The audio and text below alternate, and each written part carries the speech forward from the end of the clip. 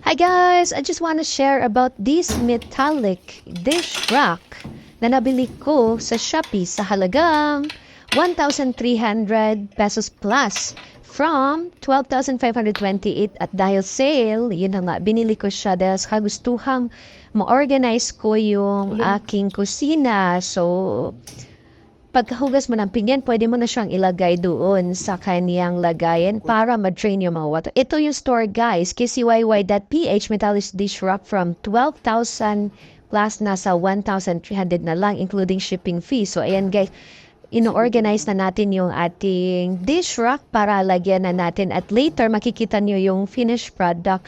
So ano niya guys, minimalist style and overall is napaka-good yung quality, the best recommended seller talaga ito.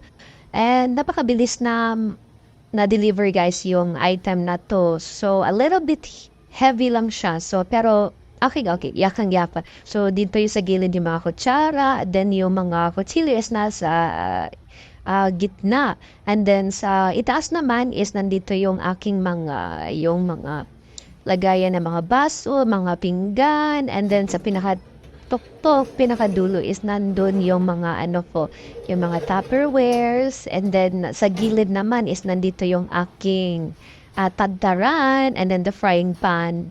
Sa kagustuhang may organize ko ang aking kusina, nako, hindi na ako nagdalawang isip na bilhin ito. At kayo rin, if you are looking for and gusto nyo rin i-organize yung kusina nyo with this metallic dish rack and multifunctional sink rack, just buy sa Shopee. Nako, murang-mura lang. Sale sila ngayon. Bye!